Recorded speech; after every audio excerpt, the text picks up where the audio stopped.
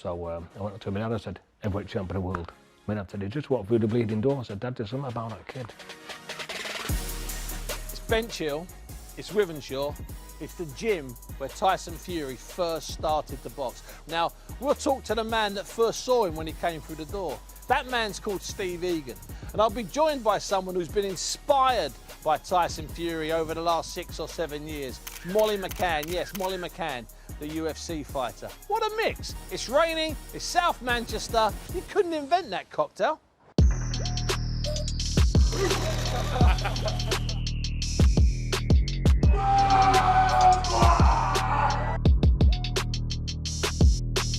So what we're going to do today is we're going to look at the Deontay Wilder-Tyson Fury third fight, but we can't look at that fight unless we look back at what happened at Tottenham Hotspur Stadium just recently. Steve, I'm going to ask you straight away, will the Anthony Joshua loss have affected in any way Tyson Fury's mindset going into this rematch? No, I don't think so. I mean, I spoke to him after, well, I texted him after it, you know what I mean? And he's saying like, it's bad news for the big fight for him, but I don't think it'll take away from the performance.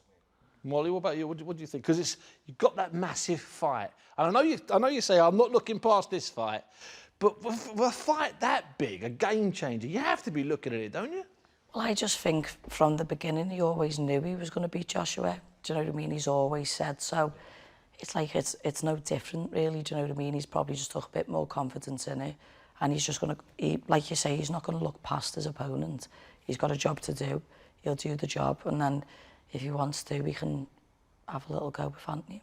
He's just seen the blueprint on how to beat him there. And I think he would have always beat him in the first instance anyway. And what about Ruiz and Joshua rematch? Did you think that Joshua could win the rematch? I think Ruiz beat himself in the rematch. With the fridge? To be honest. Yeah, the fridge. That's fair comment. Fridge is. But I did think Joshua looked frightened to death against Ruiz. Yeah. Very timid and, you know, tried to box a bit, but he looked... Lost a bit of confidence. Yeah, yeah. Even though they said it is, you know, the new Joshua and all that, I thought he looked on edge all the time. After the first fight between Wilder and Fury, did you think that Tyson could do what he did in the second fight and walk through him? I didn't think he would. I thought he could. You know what I mean? And I think the last round of the first fight, Tyson learned a lesson there. He knew that if he backed him up, he didn't know what to do. He's that used to having it his own way, coming forward, stepping in with his power. You know, and when he backed him up, it was a different story. So he just put it on him, didn't he? It's an interesting point that Steve makes there, Molly, about that in that 12th round, that once he gets up from the knockdown, that amazing knockdown, that resurrection, did you think he could do what he did? And secondly, it's an interesting part, would you have ever advised him to do what he did? No, I wouldn't, but he's just, his mindset was next level, weren't it? He just got up and he showed us all that he was just a different animal. And then when he went into the second fight and absolutely levered him, I like, we all wanted it to happen and we was praying that it happened, you know what I mean? But I weren't too sure what was going to happen, to be honest. But he got caught in the second fight. This is what people overlook. In that second fight, he gets, you know, I was ringside. I'm not bragging, I was ringside. But when he get in that the first and second round, he gets cracked with a couple of proper right hands, which he admits that really hurt him. So it wasn't just that he had the plan to walk through Wilder. He actually had to, you know, push over, cross a line, and it was dangerous to do what he did. And it hurt take him. a shot and then walk into the next one. You know, you're always risking it, aren't you, going forward? But it paid off, didn't it? One problem with the fight, one problem for me, is it's just a bit too early for there to be 20,000 Brits in Las Vegas taking over the city. That won't affect him, will it? Definitely not, definitely not. It is a shame, the pandemic, it is what it is, do you know what I mean? But it would be amazing to hear all the Brits singing for him, but he's Tyson Fury, he'll have all the Yanks singing for him anyway. You've got some of that coming up next year, hopefully, Molly. I've had 2 fights behind closed doors and it was horrible. Honest to God, I hated it. I was in Vegas for one and Abu Dhabi and Fight Island for one, and I like to fight for the crowd. And I know he's exactly the same, he's a showman, and you fight for that, and when the chips are down sometimes and you hear them shouting for you, it gives you, it's like the 12th man in football, it gives you that little bit more. But I said I'd never fight again without fans, and I was lucky enough, we only had 150 but every single one of them was screaming meatball. So why are you called Meatball? I didn't get a student loan when I went to university, so I had to pay my way through school, as you would say, and I do the night shifts at Subway, and then I'd go to the gym in the morning, and I'd smell like herb and cheese bread or meatballs, and then I'd go to uni, and my coach Paul went one day, meatball, Molly. But it's stuck. But it gets you going, honestly. Like I said, I broke my hand in the first round of my last fight about 3 weeks ago. And I just heard them shouting, and I thought, I've got to put a finish on for these. Like, it means the world to you, do you know what I mean? I take Molly's point, and I think she's absolutely right, that the idea that he loves that crowd. When he came out last year and he was singing, you know, Patsy Cline, crazy. I mean, he was standing up there belting it out. I mean, it was just legend. He is a showman. Yeah, he is a showman. And maybe it will affect him slightly. You know, he just love it, but he'll get the job done, I think. You know, he's mentally strong, as you know. So he'll get it done. But yeah, it's a shame. And what about the switch of trainer? Getting rid of Mark Breland, you know, the Brains Trust, Olympic champion, world champion, nice guy, decent guy, and bringing in Malik Scott. And I just want to ask the pair of you this, because I find it odd. Malik Scott was knocked out in, I think, 96 seconds by Deontay Wilder. Could you be coached by someone you'd got rid of in 96 seconds a couple of years earlier? What's your gut feeling? I'm looking for a bit of Scouse truth here. For the narrative, for what you're saying, probably not. But personally, if they've got the knowledge, then I'm going to listen to it. Do you know what I mean? And if he really does have the knowledge, and then maybe so, but probably It's a tough one, isn't it? you'd be like, oh, I think I'm better than you. So I don't know if he's going to respect him as much as what he should. My fear, excuse me, isn't the respect going in, isn't the respect in training camp. It's the respect in the corner, when in theory that guy, Malik Scott, might have to make a call that goes against what you're thinking.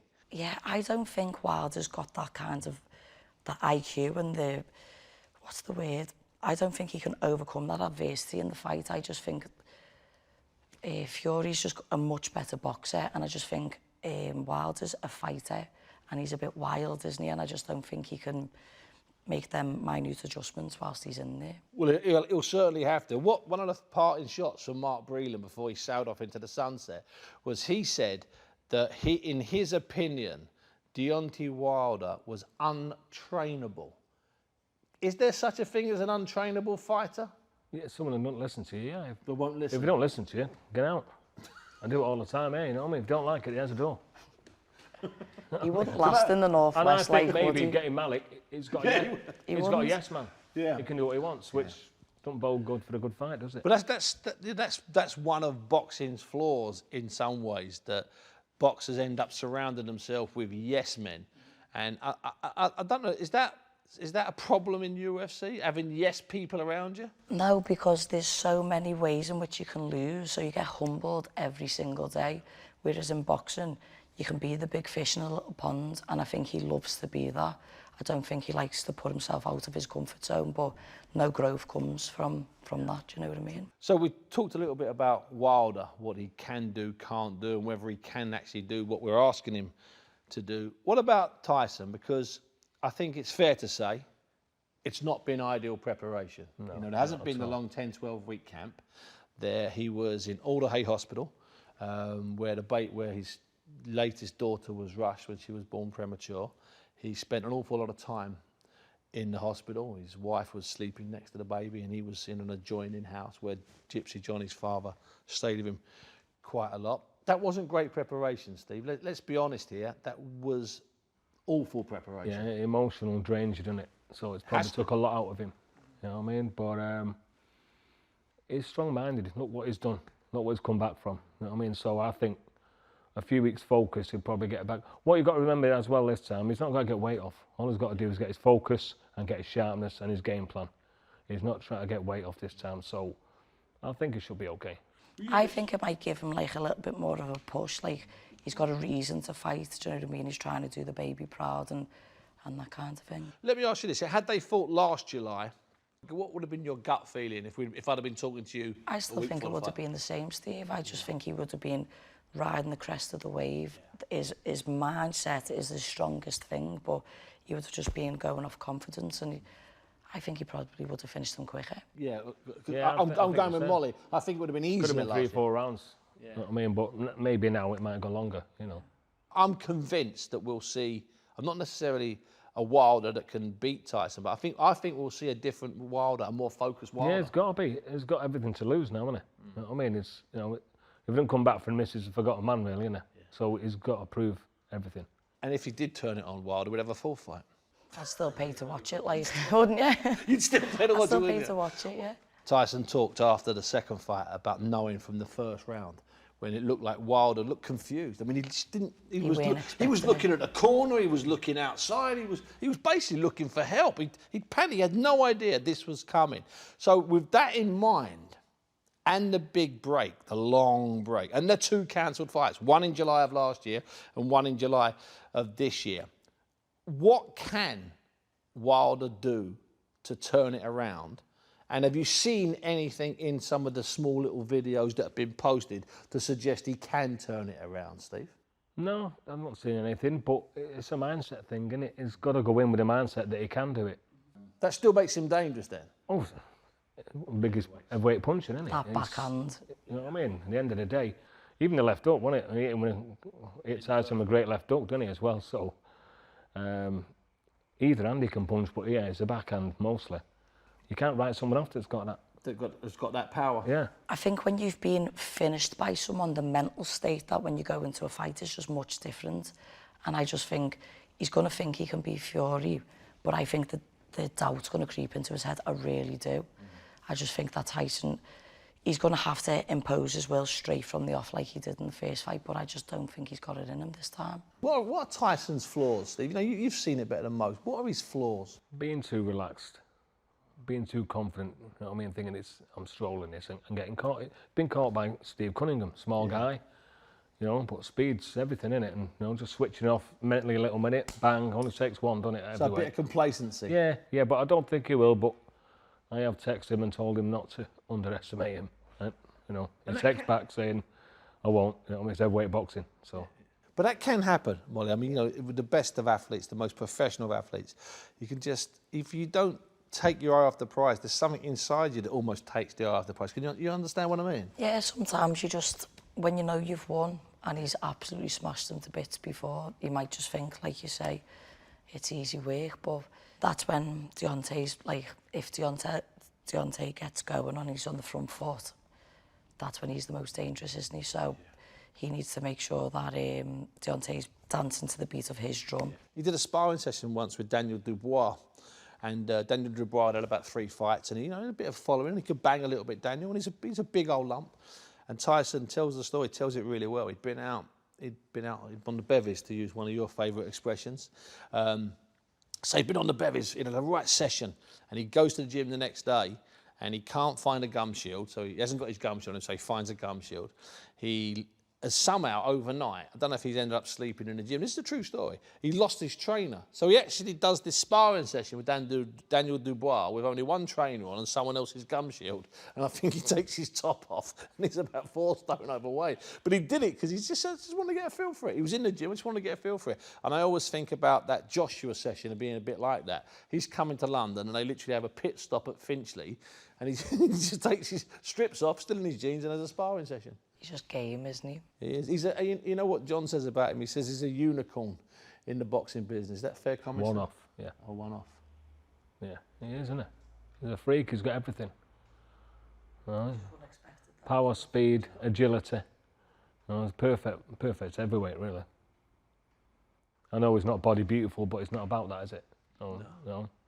Joshua's body beautiful, but it's far from the best. I've seen him when he's weighed in, when he's been at his lightest or lighter than other times. And you know, trust me, he's not got 6-pack silly, but he's in great nick. He's got enough definition there. He trains hard.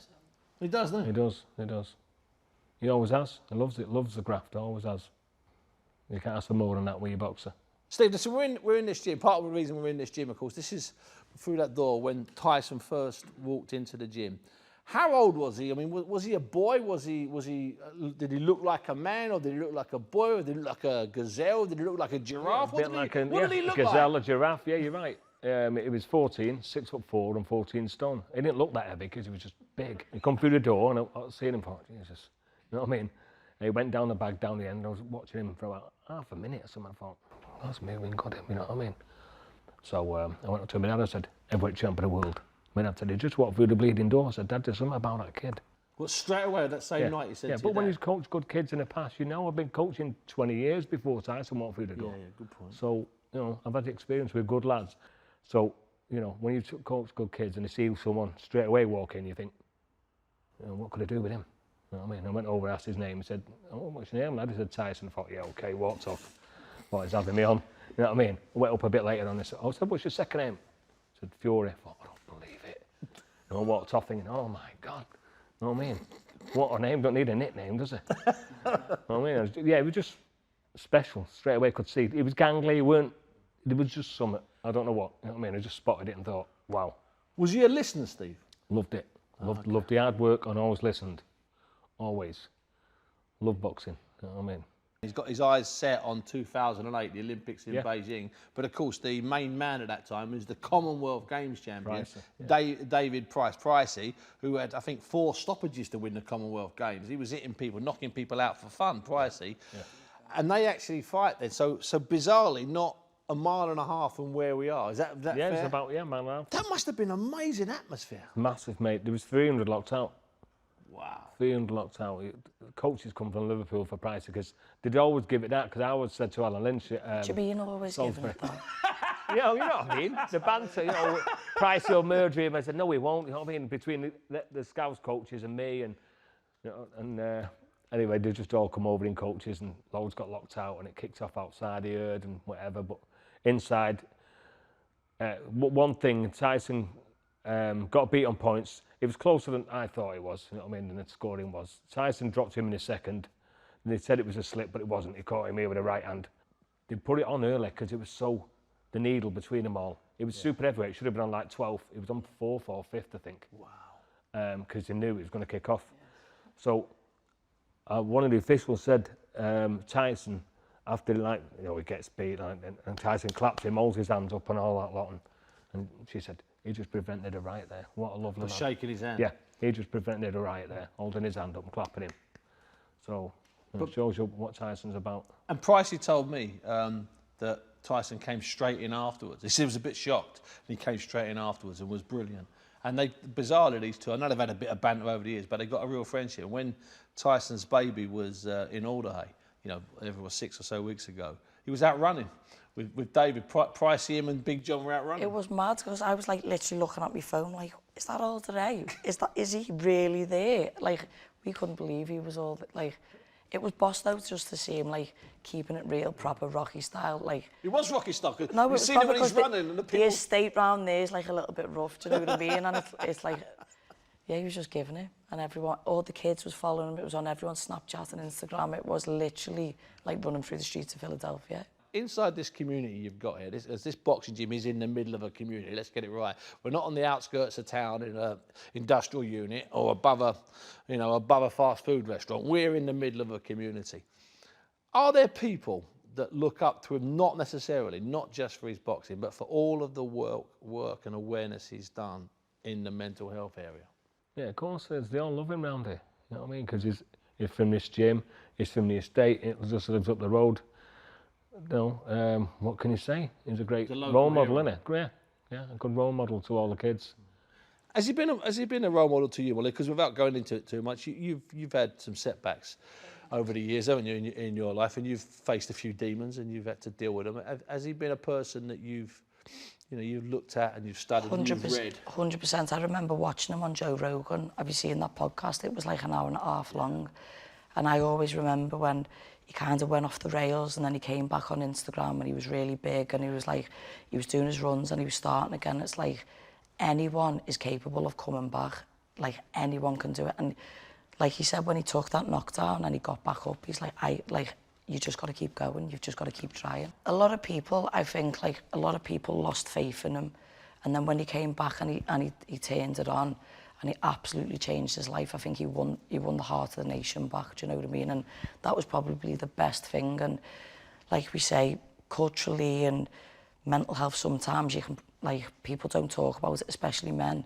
And he was like, he was man enough to talk about it and be open about it. And I think that did change. Like, men do like to speak about it now. How do you think, right now, Tyson Fury will be recognised and looked at in 5 and 10 years as a heavyweight? I think he's going down as the best we've ever produced, if I'm being honest. I think he will absolutely put a clinic on against Joshua if he fights him, and I still think he beats Usyk.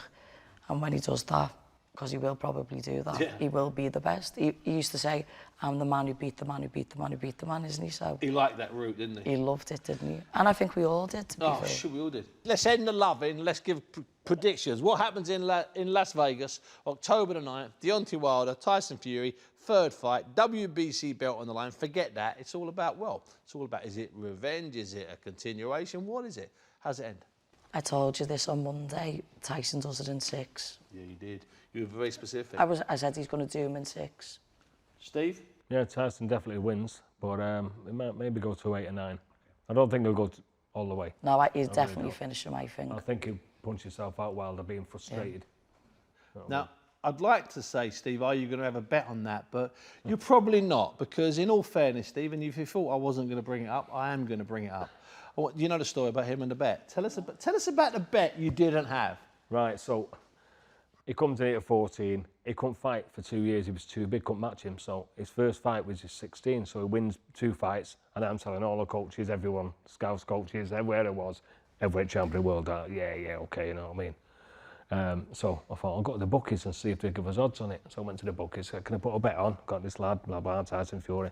And you can't just do that, mate. You ring this number. So I went home, rung the number. We'll ring you back tomorrow. So they rung me back. To be heavyweight champion of the world, 250 to 1. And I thought, what? I felt insulted. I thought it'd be like 1,000 to 1 or something, so I didn't put a penny on it. When he was 16, didn't put a penny on. I should have scraped whatever he had together and put it on a no, because I truly believed he'd be heavyweight champion of the world from day 1. And there are stories of other people putting £1,000 on and £100 on. There's loads of there's all on Tyson. Oh yeah, about that. So maybe word got out after you let that know, because Gypsy Johnny tells you, oh, I know him, he did it. He put £100 on. He put there's loads of people. So you set the ball in motion and you didn't do the bet. I told everyone what he's going to be and didn't do the bet. Yeah. Did you tell Angela that's your wife? Did you tell Angela you didn't put money on? I think everyone knows what a fool I was by not. But I don't bet, you know what I mean? Yeah. If it was a betting man, I probably would. You know what I mean? But shame, I wish you had now. Well, if I got scraped a grand ticket, I'd be laughing, wouldn't I? Little holiday for you, mate. Working. Little holiday. Decent, very good holiday. All right, wouldn't be going to Rill with that, new would car. That's where we used to go as kids, Rill. No more Real caravan park, no more Butlins in Real. Yeah. Steve, listen, it's been a pleasure and a delight having you. No worries. Thanks, Steve. Molly, always is a pleasure and a He's delight. right, lad.